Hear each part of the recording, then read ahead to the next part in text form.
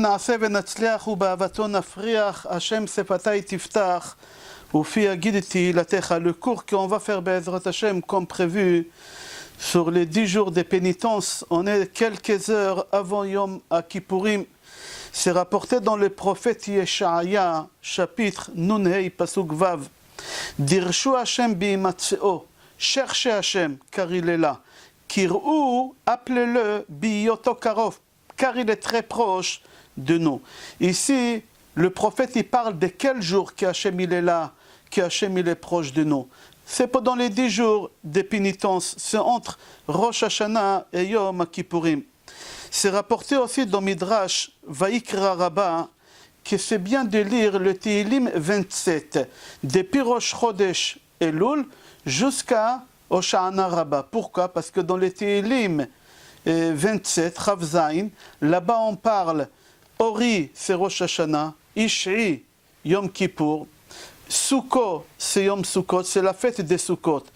Ici, dans ce chapitre de Tehillim, David Amelech nous dit il faut que tu saches que depuis Rosh Chodesh Elul jusqu'à Hoshana Rabbah, Akadosh Baruch Hu, il est présent, il est très très proche. Le moment qu'il est très très proche, c'est Yom Kippourim, Ish'i. Là, Akadosh Baruch Hu, il est proche. Mais Akadosh Baruch Hu, il est là jusqu'à Hoshana Rabbah et tu peux demander à Akadosh Baruch Hu le pardon et demander à Akadosh Baruch Hu des choses que tu as besoin pour toi. Comme ça, c'est marqué dans Midrash Vaikra Rabbah. Et Chachamim, ils disent que Yom Kippourim, le jour de Kippour, c'est un jour de délivrance. C'est un jour de pitié. Akadosh Baruch Hu, il a de la pitié sur nous quand il nous voit comme on est en train de se préparer pendant les 10 jours de pénitence. Après, on arrive à Kippour, on ne mange pas, on ne boit pas. Toute la journée, on est debout. On est comme des malachim. Hachem, il a de la pitié sur nous. Alors, c'est un jour de délivrance. Akadosh Baruch Hu, il exauce tout ce qu'on demande. Aussi, comme ça, c'est marqué dans le livre Tana Divi Eliyahu, Perek Aleph. Dans Tehillim, c'est marqué Yamim yitzru velo echad ba'em. Yamim yitzru. Akadosh Baruch Hu, il a créé 365 jours dans l'année. Vélo, et lui, Akadosh Baruch Hu, echad ba'em. Il a une seule journée parmi les 365 jours qu'il nous a donnés. Il y en a une seule journée que c'est à lui. Quel jour elle appartient à Kadosh Baruch Hu? C'est le jour de Yom Kippourim. Comme ça est dit dans Tana Divi Eliyahu au chapitre Aleph.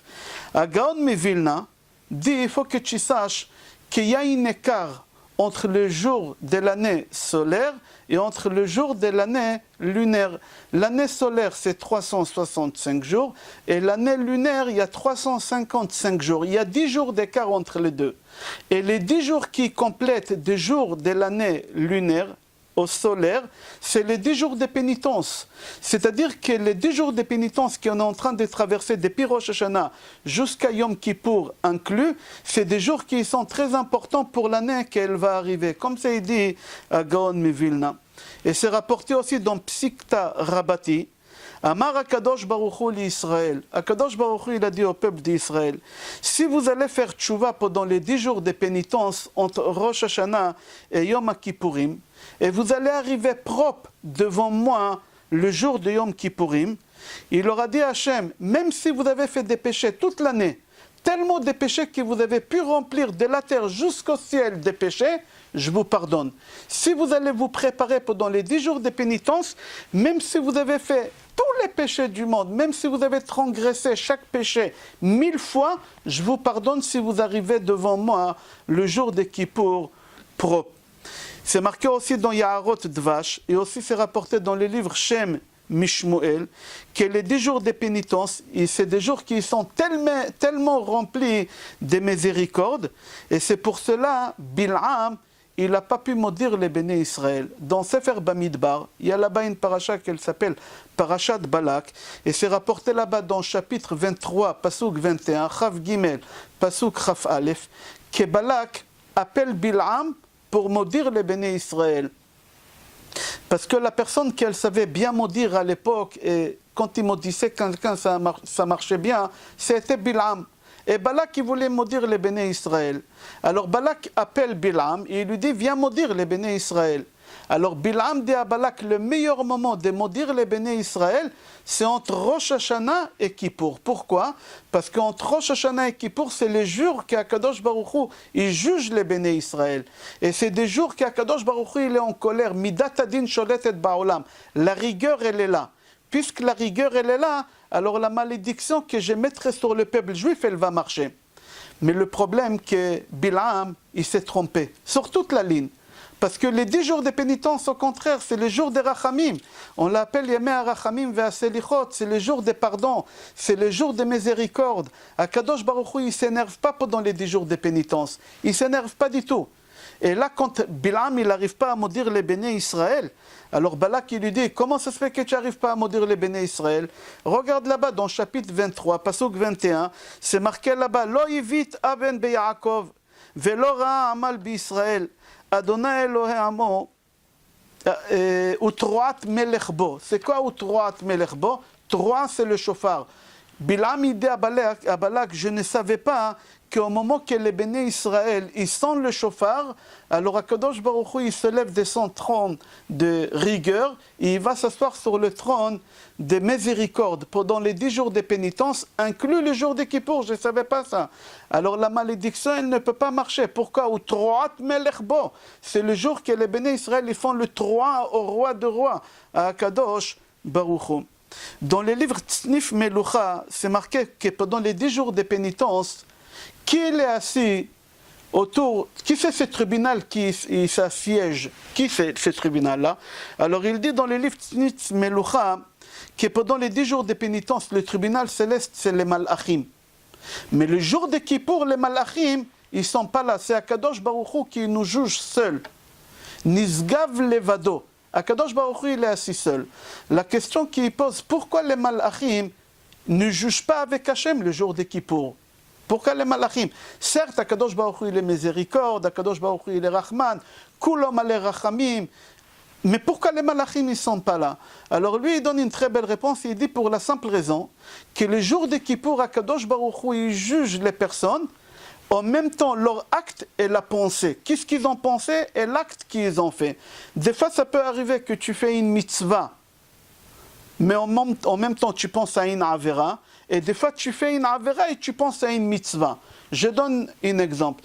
Parfois, tu es en train de faire une mitzvah à l'extérieur, mais à l'intérieur, c'est un péché. Par exemple, à la synagogue, il y a quelqu'un qui n'a pas où manger Shabbat. Il n'a pas où manger Shabbat. Sa femme, elle est partie à la maternité pour accoucher, Baruch Hashem, et lui, il est seul. Et tu sais qu'il est seul. Et tu vas chez lui à la synagogue, à la fin de la tefila, et tu lui dis, vous ne voulez pas venir manger chez moi? Tu es en train de faire une mitzvah extérieurement. Mais intérieurement, tu es en train de dire Amen qui va dire non. Amen qui va dire que je trouvais déjà. Je ne peux pas le recevoir chez moi, je ne supporte pas ce bonhomme-là. Je ne veux pas qu'il soit à ma table. Alors tu es en train de faire mitzvah et en même temps tu fais un péché. Les malachim ne savent pas lire dans les pensées. Les malachim, quand ils vont juger cette personne, ils vont le juger uniquement sur son acte. Qu'il a fait une mitzvah, il a invité quelqu'un chez lui. Mais en même temps, il a fait un péché. Mais eux, ils ne peuvent pas savoir qu'il a fait un péché. Pourquoi? Parce que le péché, il était dans la pensée. Et les malachim, ils ne savent pas lire les pensées. En même temps, ça peut t'arriver des fois que tu fais un péché, mais en même temps, tu penses à une mitzvah. Et les malachim, ils vont croire que tu fais un péché, mais tu ne fais pas une mitzvah parce qu'ils ne savent pas lire. Tu es en train de voler. Et au moment que tu voles, tu pries à Kadosh Baruch Hu que tu ne te fais pas attraper. Tu es en train de faire un péché, mais dans ta tête, tu es en train de faire une mitzvah. Tu seras puni pour le péché, mais aussi tu seras payé pour la mitzvah que tu as fait, que tu as payé à Hachem, que tu as prié à Hachem. Les malachim, ils ne savent pas lire ça. C'est pour ça les malachim, c'est marqué qu'Akadosh Baruch Hu, il est assis seul le jour de Kippour. Des fois, tu penses faire une mitzvah, 100%, mais tu n'arrives pas à la faire. Pour des raisons. Par exemple, tu as pensé venir à la synagogue, écouter un cours. Comme maintenant, ce soir, tous, vous êtes venus pour écouter un cours. Et c'est possible que le cours n'aurait pas eu lieu pour des raisons. Tu t'es trompé de jour. Aujourd'hui, on est mardi soir, on a le cours pour les dames, mais il y a une dame qui s'est trompée et elle est venue lundi.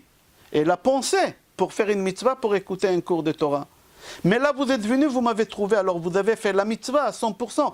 La femme qui est venue hier soir et qu'elle s'est trompée, elle aussi, elle a fait la mitzvah à 100%. Même qu'elle n'a pas écouté le cours, parce que la pensée, elle a eu pour venir écouter le cours. Et ça, les malachim, ils ne peuvent pas lire les pensées. Les malachim, ils savent regarder uniquement les actes. Et c'est pour ça, on dit dans le livre Tznif Melucha, que les malachim ne peuvent pas juger les jours de Kippour. Akadosh Baruch Hu, il juge seul. Ubayom ha'u nisgav Hashem levado. Akadosh Baruch Hu, il est seul. Parce que lui, il sait lire les pensées et les actes. On continue. C'est marqué dans Tour, dans Siman Taf Resh Gimel, que pendant les 10 jours de pénitence, il faut faire attention de ne pas manger du pain qui a été cuit par un non-juif. On ne va pas rentrer maintenant dans la halakha, est-ce qu'on peut acheter des baguettes, on ne peut pas acheter des baguettes, il y a des baguettes moulues, il n'y a pas moulues. On ne va pas rentrer dans ça, je ne connais pas ces halakhot-là. Alors il y a des gens qui ont l'habitude d'acheter la baguette toute l'année partout. Même que c'est un goy qui a allumé le four. On ne va pas rentrer maintenant dans la halakha. Mais pendant les 10 jours de pénitence, le Tour dit qu'il faut faire très attention de ne pas manger du pain. Du pain qui a été cuit par un goy. C'est une halakha, c'est marqué dans la halakha comme ça.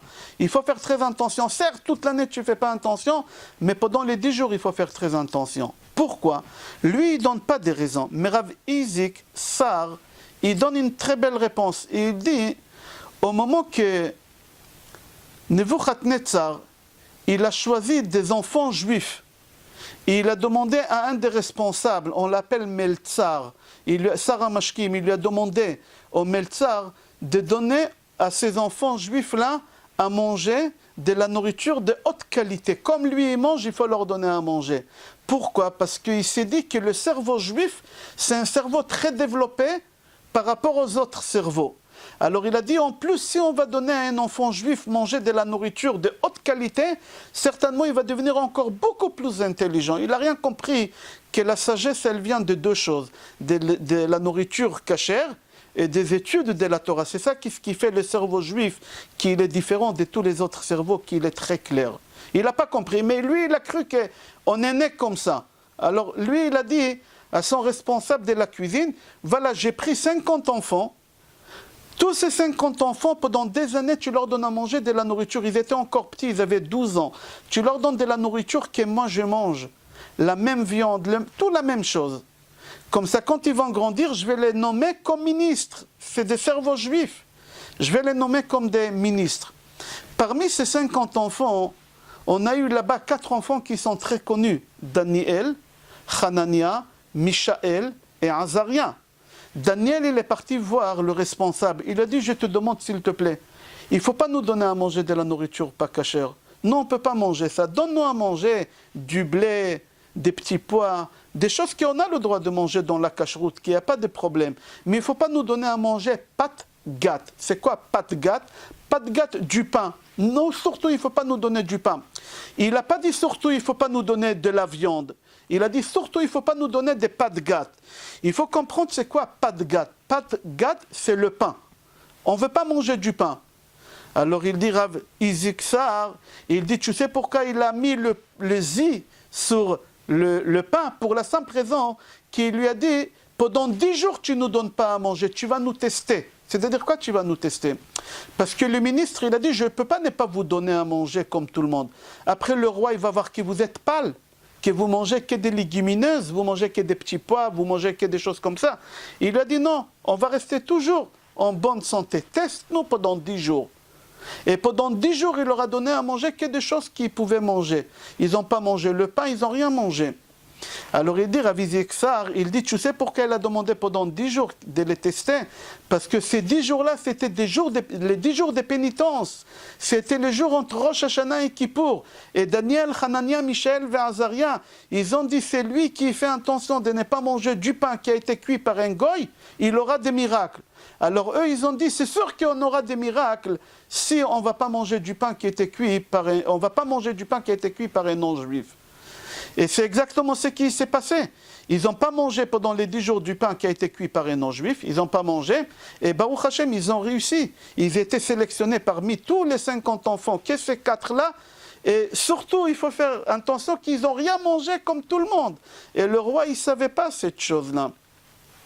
C'est-à-dire, si tu fais attention, il dit le tour de ne pas manger du pain cuit par un goy, il faut que tu saches que tu auras des miracles, Be'ezrat Hashem, pendant toute l'année qu'elle va arriver.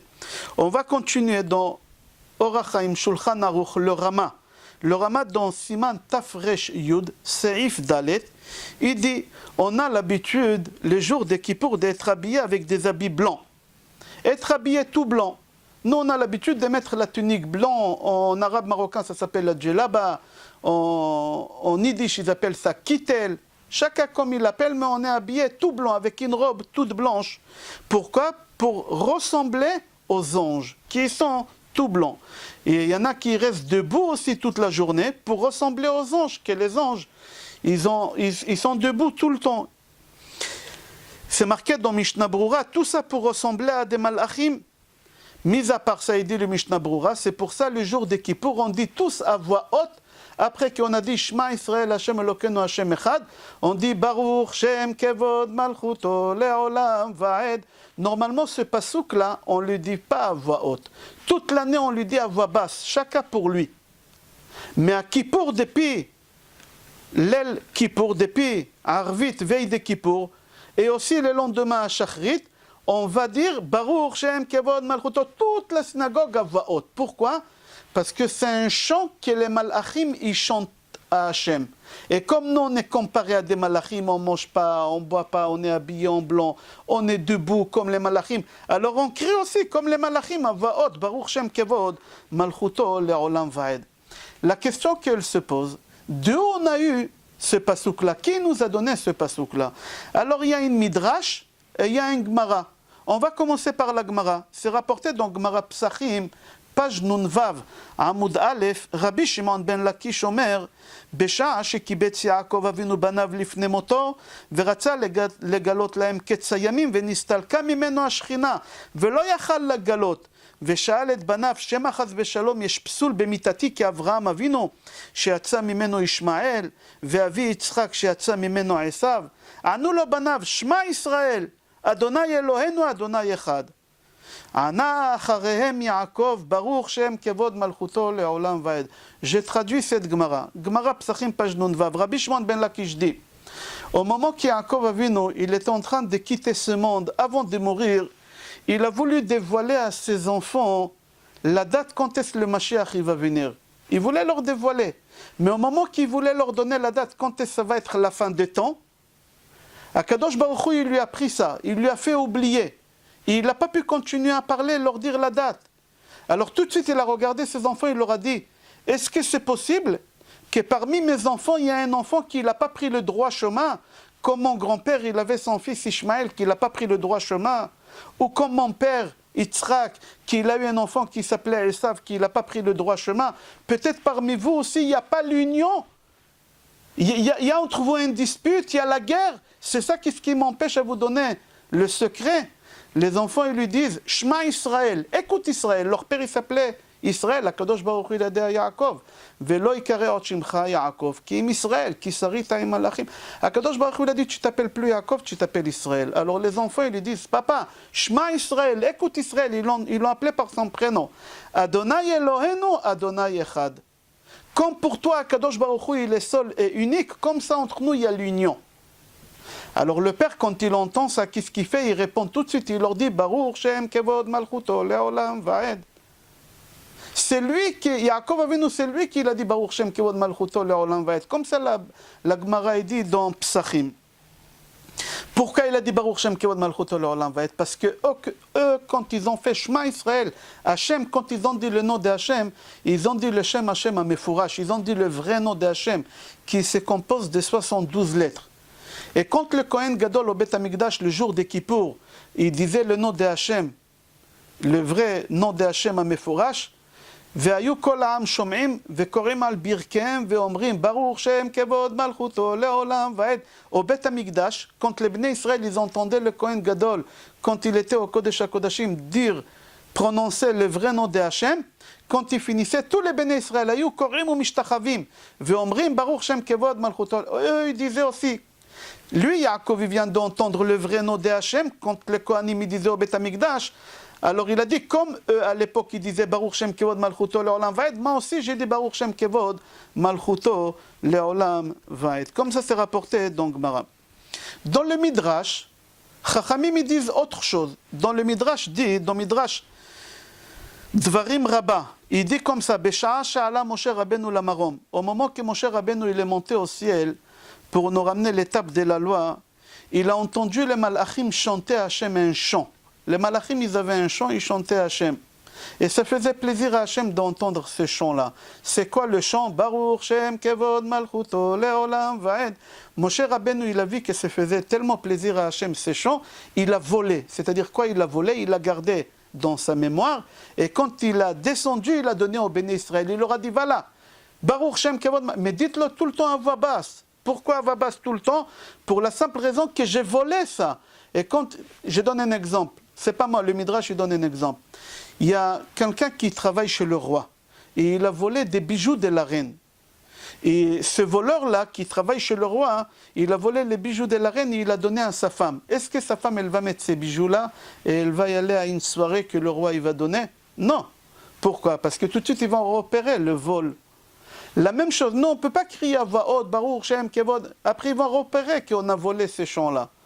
Alors on lui dit à voix basse, mais à Kippour, comme on est comme des malachim, parce qu'on ne mange pas, on ne boit pas, on ne dort pas dans le même lit, on est debout, on est habillé en blanc, alors comme on est comme des malachim, alors on dit Baruch Shem Kevod Malchuto Leolam Vaed. Personne ne peut rien nous reprocher, nous aussi on a le droit de dire ça à voix haute comme les malachim, comme ça c'est rapporté dans le Midrash.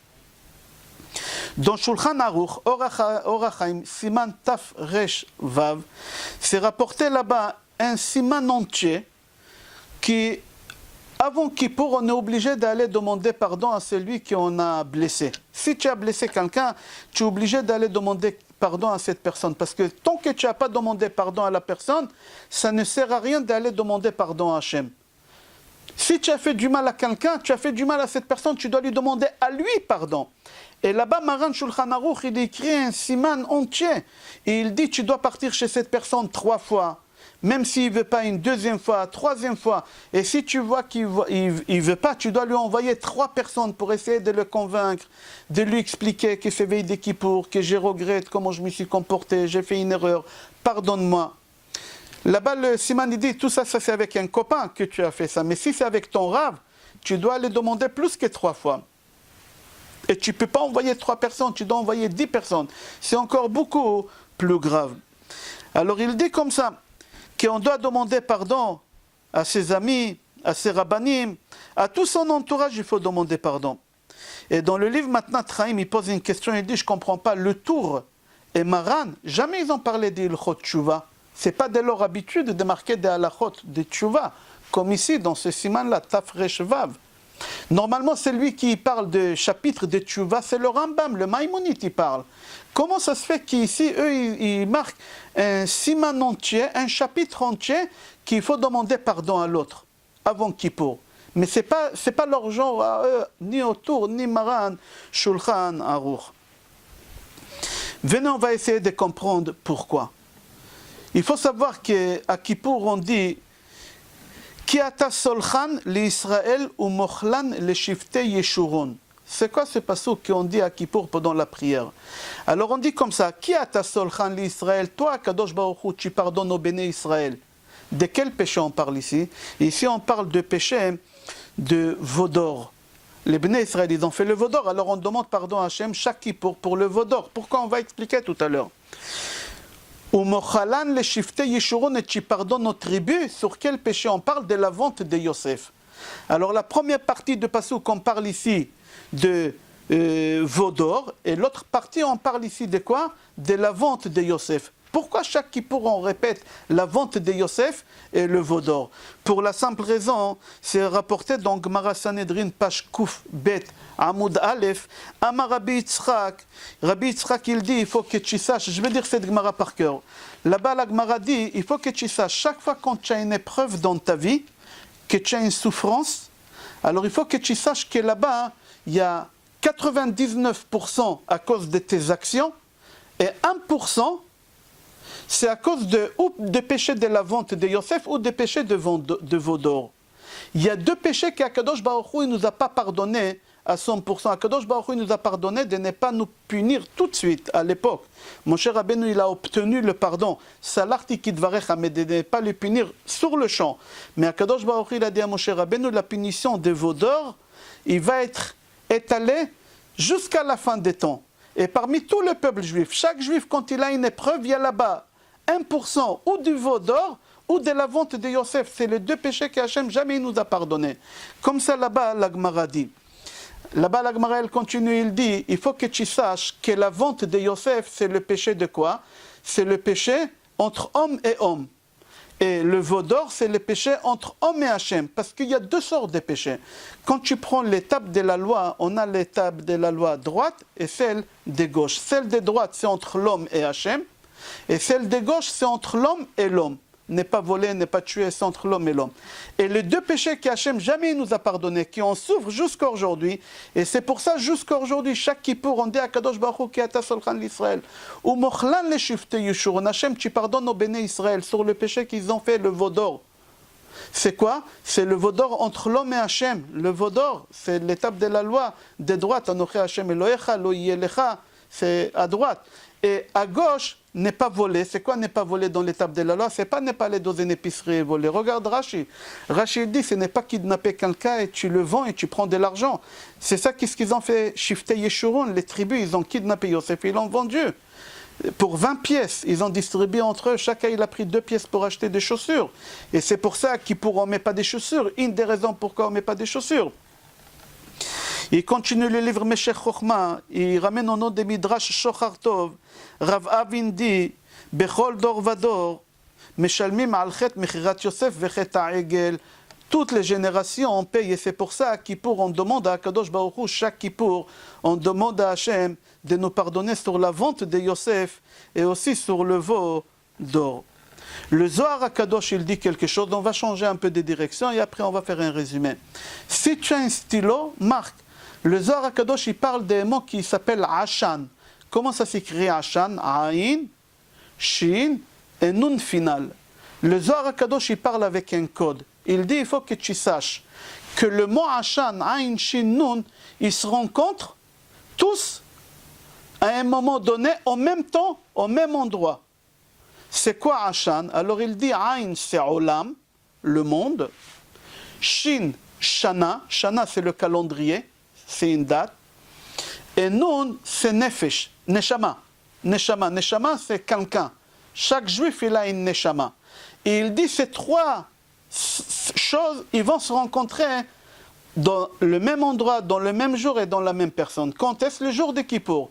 Alors il dit, Ashan. Ashan, Aïn, c'est Olam, le monde. Dans le monde, il y a un endroit qu'on l'appelle Bet Hamikdash Kodesh HaKodashim.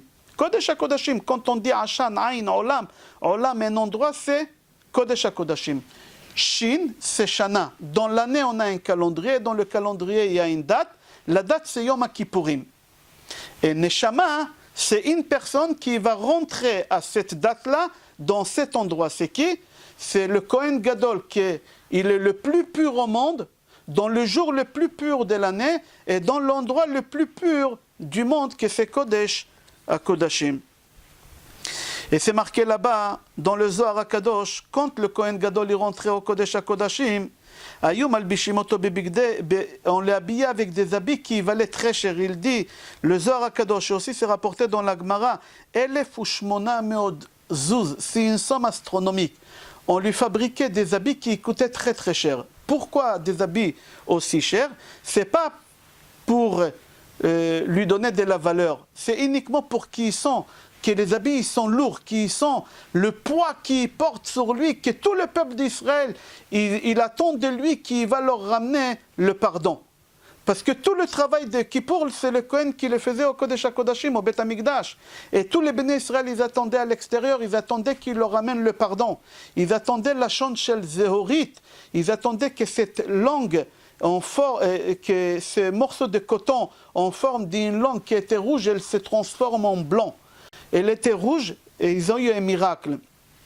Si le Kohen Gadol il a fait le travail comme il faut le jour de Kippour, Akadosh Baruch Hu il changeait la couleur de rouge en blanc. On a parlé déjà de ça. Alors c'est pour ça qu'il avait des habits lourds qui coûtaient très très cher pour qu'ils soient lourds avec. Il portait des choses, des tissus qui coûtaient très très cher. Il ne portait pas de l'or parce que l'or ça symbolisait le veau d'or. C'était spécial, les habits spéciaux pour Yom Kippourim. On continue. Venez, on va voir. Là-bas, le Zohar HaKadosh dit, qu'Akadosh Baruch Hu, il s'est retrouvé le jour de Yom Kippour seul. Hachem, il s'est retrouvé seul le jour de Kippour avec le Kohen Gadol. Il s'est retrouvé seul avec lui. Et la Gemara Yoma, elle raconte une histoire. Gemara Yoma, page Lamed Tet Amoud Bet. Là-bas, la Gemara dit comme ça, Tanu Rabanan, il nous enseigne Chachamim. L'année que Shimon HaTzadik il est mort, Shimon HaTzadik c'était un Kohen Gadol. Il s'appelait Shimon HaTzadik, mais c'était un Kohen Gadol. Shimon HaTzadik, le Kohen Gadol, le jour qu'il est rentré au Beth Amikdash, à Yom Kippourim, au Kodesh HaKodashim, pour faire le travail, en sortant, il a dit au Béné Israël, cette année je vais mourir. Et il est mort quelques jours après Yom Kippour. Quelques jours après Yom Kippour, il est mort. Comment il a su ça? Quand il leur a dit je vais mourir bientôt, ils ont dit comment tu sais une chose pareille? Il leur a dit c'est simple. Là-bas la Gemara elle raconte, il dit que בכל שנה ושנה כשהייתי נכנס ביום הכיפורים לקודש הקודשים היה זקן אחד מלובש בלבן נכנס עימי ויוצא עימי. Chaque année quand je rentrais le jour des Kippour au temple au Kodesh HaKodashim, alors il y a un vieux qui était habillé en blanc qui rentrait avec moi et quand je finissais le travail il sortait avec moi chaque année. Là cette année ce vieux là il était habillé en noir, ça symbolise le deuil. Il est rentré avec moi, mais il n'est pas sorti avec moi. Alors j'ai compris que cette année, je ne la finirai pas, je ne sortirai pas de cette année qu'elle vient de rentrer. La question qu'elle se pose, on sait que personne n'y pouvait rentrer au Kodesh HaKodashim. Il n'y a que le Kohen Gadol qui rentrait au Kodesh HaKodashim. Velo ikrav zar, s'il y a un étranger qui rentrait là-bas, il mourrait sur le champ. Comment ça se fait que Shimon HaTzadik il dit que chaque fois il y a un vieux qui est habillé en blanc, il rentrait avec moi, il sortait? Comment il a pu rentrer et sortir ces vieux-là? Alors dans le Tosfot Yeshanim, il répond et dit, ce vieux-là c'est la Shrina, c'est Akadosh Baruch Hu. C'est Akadosh Baruch Hu. C'est marqué dans la Mishnah, quand le Kohen Gadol il sortait vivant de Kodesh HaKodashim à la sortie de Kippour, on lui faisait une fête extraordinaire. On lui faisait une fête extraordinaire. Le Rambam dit, Ayo osim lo Yom Tov. On lui faisait un jour de fête. Même aujourd'hui, le lendemain de Kippour, on ne fait pas Tachanunim. Pourquoi? Parce qu'on dit Simchat Kohen, c'est le jour de la Simchat de Kohen qu'il est sorti vivant et qu'il a obtenu le pardon. Alors le Rambam il dit comme ça, pourquoi les Kohanim ils mouraient? Parce que souvent les Kohanim qui rentraient, c'était des Kohanim qui n'avaient pas le droit de rentrer au Kodesh HaKodashim parce qu'ils n'étaient pas aptes. Ils ont payé, à l'époque c'était pas sous le règne des peuples juifs, Yerushalayim, c'était des Romains, c'était des Roms qui sont venus, et c'était aussi des Grecs à un moment, et on leur payait, les Kohanim, ils leur payaient pour faire le travail des Kippour, alors ils mouraient là-bas. Des fois, le Kohen lui-même, même qu'il était kasher, mais il n'a pas fait le travail qu'il faut. Quel travail il n'a pas fait? Et c'est ça qu'est-ce que j'aimerais arriver, le Ktoret. Le Ktoret, c'est les encens. Le Kohen Gadol, Kippour, dès qu'il rentrait au Beth Amikdash, la première chose qu'il faisait, c'était le Ktoret, les encens. Pourquoi le Ktoret? Parce que le Ktoret, il symbolise le Lachon Hara, parler du mal de l'autre. Pourquoi il commençait par ça? Pour nous apprendre, nous aujourd'hui, avant de commencer le jour de Kippour, tu dois commencer comme le Kohen Gadol il commençait. Comment il commençait? À réparer le Lachon Hara. Toi aussi, avant d'aller à la synagogue à Kippour, tu dois réparer le Lachon Hara. Si tu as parlé du mal sur quelqu'un, si tu as dit à quelqu'un quelque chose qu'il ne fallait pas dire, si tu as blessé quelqu'un, alors avant d'aller à Kippour, tu dois régler ce problème-là. Comme le Kohen Gadol. Quand il rentrait au Kodesh HaKodashim, au Beth Amikdash, le jour de Kippour, la première chose qu'il faisait, il réparait le Ktoret. Pourquoi le Ktoret? Pour dire le Ktoret, elle symbolise quoi? Le Lachon Hara. Ze na'asa be'achbe ve ze na'asa be'achbe. Comme ça là-bas, la Gemara dit. C'est marqué dans Sefer Matnat Chaim. Alors maintenant, on va comprendre pourquoi Maran et le Tour, ils ont écrit un chapitre entier qu'avant Kippour, il faut demander pardon. Pourquoi? Parce qu'il faut que tu saches que le pardon, ça ne fait pas partie de la tchouva. Le pardon, c'est quelque chose que tu es obligé de le faire. Ça fait partie de Yom Kippour. Pourquoi ça fait partie de Yom Kippour? Je donne un exemple. J'ai blessé quelqu'un. Alors j'ai péché vers qui là? J'ai péché vers deux personnes. J'ai péché vers mon ami, que je l'ai blessé, et j'ai péché aussi vers Hachem. Pourquoi? Parce que Hachem il m'a dit de ne pas blesser. Hachem il m'a dit de ne pas parler du mal à quelqu'un. Alors j'ai blessé deux personnes. Alors avant Kippour, je demande pardon à mon ami. Je demande pardon à mon ami. Quand j'ai fini de demander pardon à mon ami, je demande pardon à Hachem, que je l'ai blessé à lui, que je ne l'ai pas écouté. Alors il dit comme ça dans le livre Matnat Chaim, si j'ai demandé pardon à mon ami mais je n'ai pas demandé pardon à Hachem, alors je suis pardonné uniquement sur ce que j'ai fait à mon ami. Qu'est-ce qui va me pardonner sur qu'est-ce que j'ai fait avec Hachem? C'est Kippour. Alors demander pardon à l'autre, c'est pas tchouva, c'est un travail parmi tout le travail que tu fais le jour de Kippour. Le jour de Kippour, il pardonne tout ce que tu as fait avec Hachem. Alors c'est ça qu'est-ce que j'aimerais conclure ce cours-là, que ça arrive souvent qu'on parle du mal sans savoir, ou même si on fait exprès, on blesse quelqu'un. Souvent ça peut arriver à la maison, on parle mal à nos femmes, on parle mal à nos maris, on parle mal à nos enfants, on parle mal à nos parents, on n'a pas la patience à nos parents, on leur accroche des fois, des fois ils nous demandent des choses, on ne fait pas. C'est de nos proches. On ne peut pas y aller à Kippour sans régler ce problème-là. Tu ne peux pas. Ça ne sert à rien d'aller à Kippour tant que tu n'as pas réglé ça avec ta famille, avec tes proches, avec tes amis, avec tes collègues, etc. Tant que tu n'as pas réglé ça, tu ne peux pas y aller à Kippour. À partir du moment que tu as réglé ça, là tu peux venir à Kippour. Et Akadosh Baruch Hu, il va te pardonner même si tu ne lui as pas demandé pardon. Pourquoi? Parce que ça s'appelle le jour de pardon. Ça pardonne sur les choses que tu as fait entre toi et Hachem. C'est quelque chose maintenant entre toi et Hachem.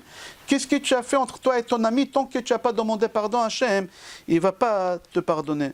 Et c'est pour cela, Rabotai, on finit le cours en demandant à Akadosh Baruch Hu qui fait éloigner de nous la jalousie, la haine, les disputes, qui nous donne Be'ezrat Hachem l'amour, l'unité Be'ezrat Hachem.